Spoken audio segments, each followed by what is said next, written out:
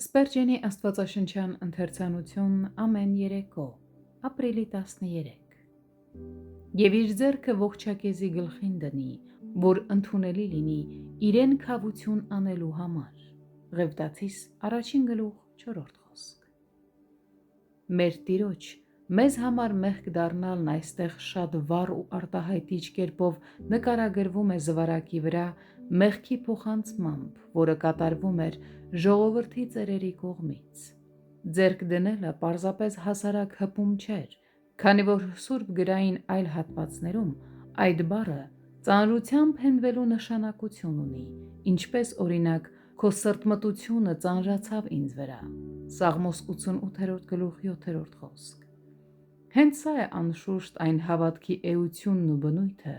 որ ոչ միայն մեզ կապում է մեր մեծ քավիչի հետ, այլ նաև սովորեցնում է նրա վրա հենվել մեր մեղքի բեռի ողջ ծանրությամբ։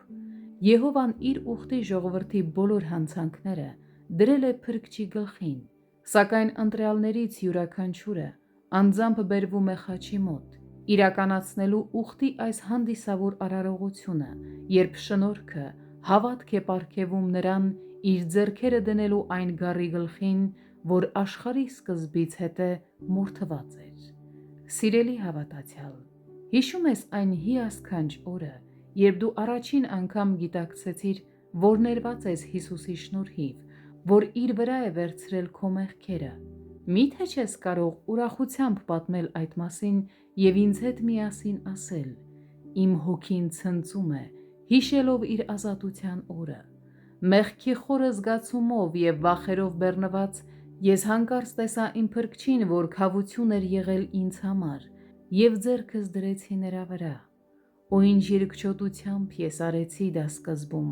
սակայն գնալով համարձակությունս աճեց և վստահությունս ամրապնդվեց, մինչև ես իմ ամբողջ անձով ու հոգով նրան ապավինեցի։ Եվ հիմա ինձ համար անսպառ ուրախություն է գիտակցել, որ իմ մեղքերն այլևս ինձ չեն վերագրվում, այլ դրվել են նրա վրա, և այն վիրավոր ճամփորդի պարտքերի պես Տեր Հիսուսը որպես մի բարի սամարացի իմ ապագա մեղքերի համար ասում է. «Դրանք ինձ վրա հաշվեք»։ Ինչպիսի օրհնյալ հայտնություն, ինչ հավիտենական մխիթարություն երախտագիտությամբ լցված սրտերի համար։ Բազմաթիվ մեղքերն իմ նրան փոխանցվեցին, այլևս երբեք չեն հիշվի դրանք, քավչարար արյան մեջ իսպառ կորսվեցին, որտեղ խեղդվում է ամեն մի հանցանք։